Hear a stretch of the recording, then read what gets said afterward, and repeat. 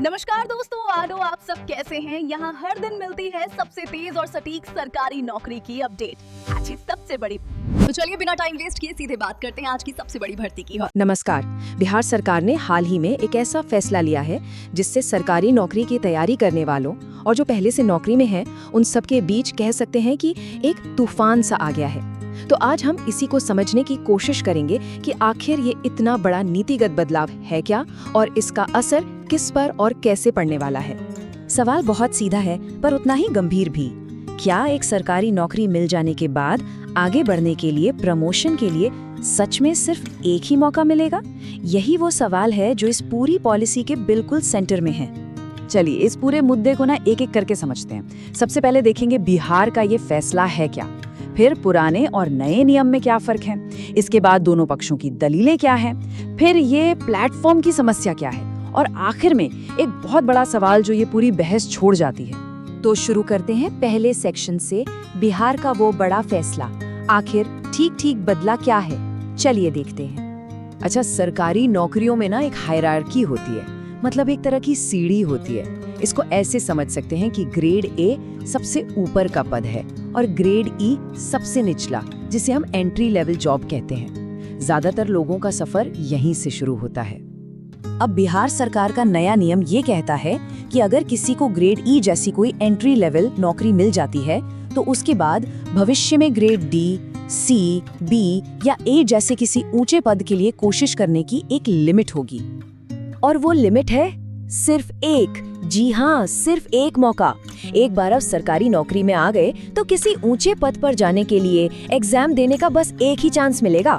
तो चलिए अब अपने दूसरे सेक्शन पर चलते हैं और ये देखते हैं कि ये जो नया नियम है ये पुराने सिस्टम से आखिर कितना अलग है। ये किसी के भी करियर में आगे बढ़ने की पूरी सोच को ही बदल कर रख सकता है। देखिए, पहले का सिस्टम काफी लचीला था, मतलब कर्मचारी अपने डिपार्टमेंट से एक एनओसी यानी नो ऑब्जेक्शन सर्टिफिकेट लेकर कई बार हायर पोस्ट के लिए कोशिश कर सकते थे और सबसे बड़ी बात, उनकी नौकरी भी सेफ रहती थी। पर अब ये एनओसी सिर्फ और सिर्फ एक मौके के लिए मिलेगी और सोचिए, अगर वो एक मौका हाथ से गया तो फिर दोबारा कोशिश करने का एक ही रास्ता है, अपनी मौजूदा नौकरी से इस्तीफा दे दो। अब इस पॉलिसी के ना दो बिल्कुल अलग अलग चेहरे हैं।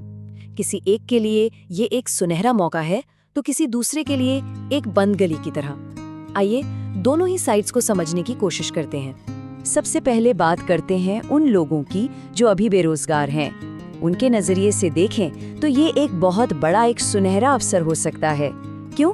क्योंकि जब पहले से नौकरी कर रहे लोग बार बार परीक्षा नहीं देंगे तो जाहिर सी बात है कि नए उम्मीदवारों के लिए कंपटीशन कम हो जाएगा और उनके सिलेक्ट होने के चांसेस बढ़ जाएंगे।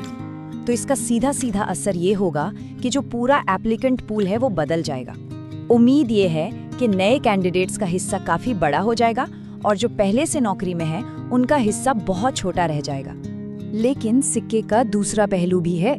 जो लोग पहले से बिहार सरकार की नौकरी में काम कर रहे हैं उनके लिए इस नियम को एक फांसी के फंदे जैसा बताया जा रहा है। ऐसा लग रहा है मानो उनके करियर में आगे बढ़ने के सारे रास्ते बंद कर दिए गए हों। एक टिप्पणी इस हालत को बहुत गंभीरता से बताती है कि ये उनके पैरों की बेड़ियां बन गया है जो उन्हें पूरी जिंदगी उसी नौकरी और उसी ग्रेड पे पर बिताने के लिए मजबूर कर देगा। अब जरा इसके और गहरे असर पर बात करते हैं। इसे हम प्लेटफॉर्म की समस्या कह सकते हैं। सवाल ये है कि क्या ये नियम सरकारी नौकरी की तैयारी करने की जो पूरी स्ट्रैटेजी है उसकी नींव ही हिला देगा? देखिए, एक जॉब प्लेटफॉर्म थ्योरी होती है जो बहुत ही कॉमन स्ट्रैटेजी है। इसमें होता यह है कि उम्मीदवार पहले कोई भी एक एंट्री लेवल सरकारी नौकरी ले लेते हैं ताकि एक स्टेबल बेस मिल जाए, एक प्लेटफॉर्म मिल जाए और फिर उस नौकरी के साथ साथ बिना किसी टेंशन के ऊंचे पदों की तैयारी करते रहते हैं। बिहार का ये जो नया नियम है ये सीधा सीधा इसी प्लेटफॉर्म वाली स्ट्रैटेजी पर हमला है। अब किसी छोटी नौकरी को सीढ़ी बनाकर बड़ी नौकरी की तैयारी करना बहुत बहुत ज्यादा रिस्की हो जाएगा, क्योंकि मौका तो बस एक ही है।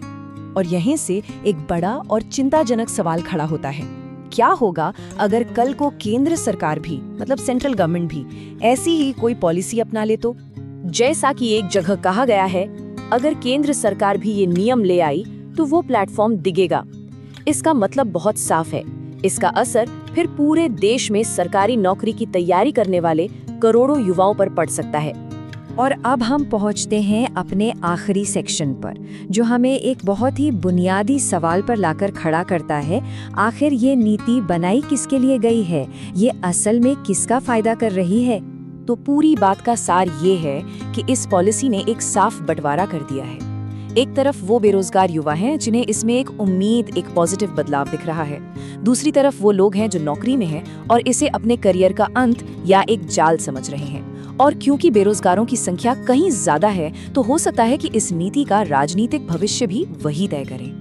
तो हम इस चर्चा को इसी आखिरी सवाल के साथ यहीं छोड़ते हैं कि यह नीति असल में है किसके लिए? बेरोजगारों के लिए या फिर जो पहले से कर्मचारी हैं उनके लिए? इस पर सोचिएगा जरूर। धन्यवाद।